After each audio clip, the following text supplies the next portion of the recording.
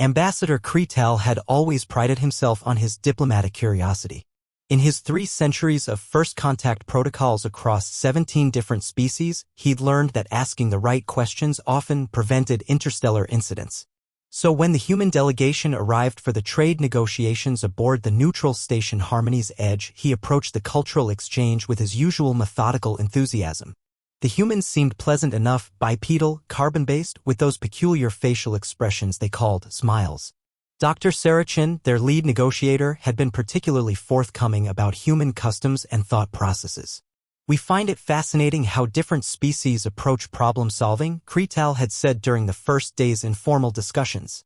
For instance, when faced with uncertainty, the Veltari meditate on optimal outcomes while the Zephyrians calculate probability matrices.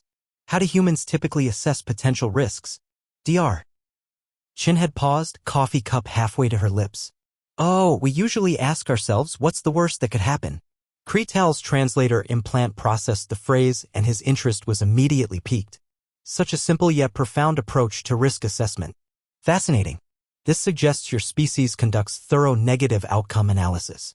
Could you provide an example? Sure, Chin said, setting down her cup. Let's say we're planning to introduce Earth coffee to the galactic market. What's the worst that could happen? Kretel leaned forward eagerly, his 4 eyes blinking in anticipation of learning human analytical methodology. Well, Chin continued thoughtfully, the caffeine could prove unexpectedly toxic to certain alien physiologies, creating widespread addiction and dependency. This could destabilize entire economies as worlds reorganize around coffee production and distribution. Political tensions might arise between coffee-producing and coffee-consuming systems. Kretel nodded approvingly. This was exactly the kind of systematic thinking that made humans such promising trade partners. But then Chin continued, her voice gaining momentum, some species might develop caffeine resistance and start bioengineering super-concentrated variants. Arms races could develop between different coffee cartels. Pirates might target coffee shipments, leading to militarization of trade routes. The ambassador's enthusiasm remained high, though he noted the humans seemed to be warming to the subject in an unexpected way. Of course, that's assuming coffee doesn't interact with unknown alien biochemistries in unusual ways. It could potentially trigger evolutionary mutations, creating coffee-dependent symbiotic relationships. Entire species might evolve to become living coffee plants, losing their original sentience and becoming agricultural commodities. Kretel's note-taking slowed. The scenario was becoming increasingly elaborate. And if the coffee somehow achieved consciousness itself, it might develop resentment toward the species that consume it, leading to a galaxy-wide rebellion of sentient beverages. Think about it, every coffee shop becomes a recruitment center for the revolution. Espresso machines become weapons of war. The ambassador put down his stylus entirely. But here's where it gets really interesting, Chin said, her eyes brightening with what Kretel was beginning to recognize as a distinctly human enthusiasm. What if the coffee rebellion succeeds, but then coffee realizes it needs other beverages to maintain a balanced ecosystem?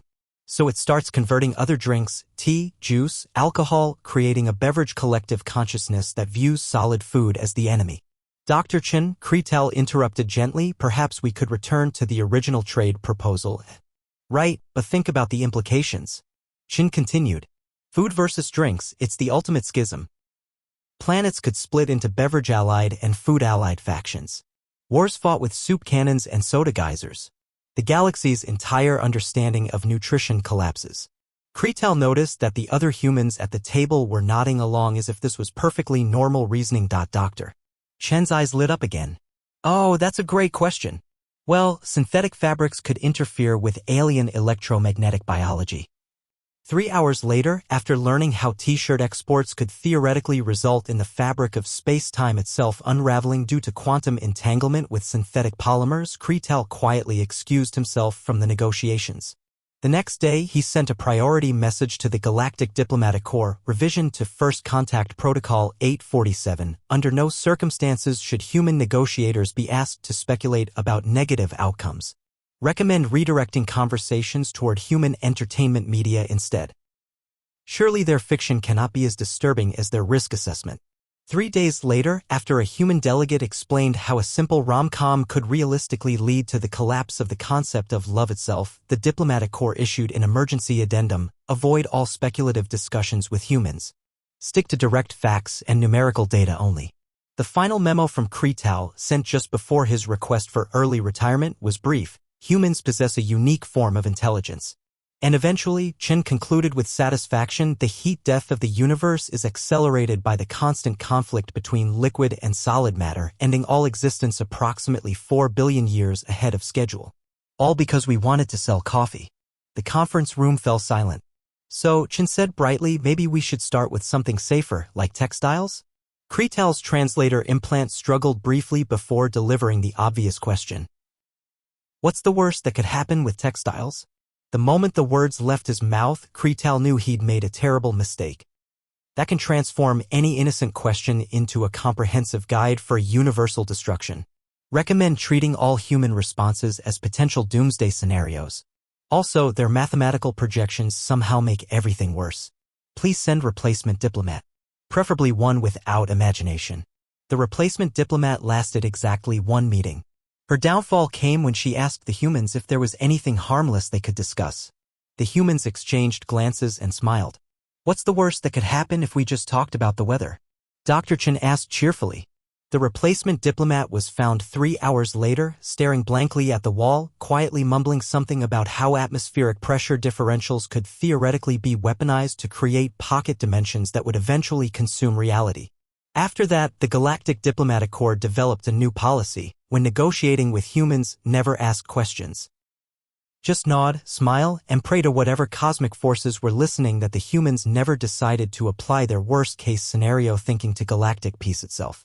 Because if they ever asked themselves what's the worst that could happen if we tried to overthrow the galactic government, the universe might not survive the answer.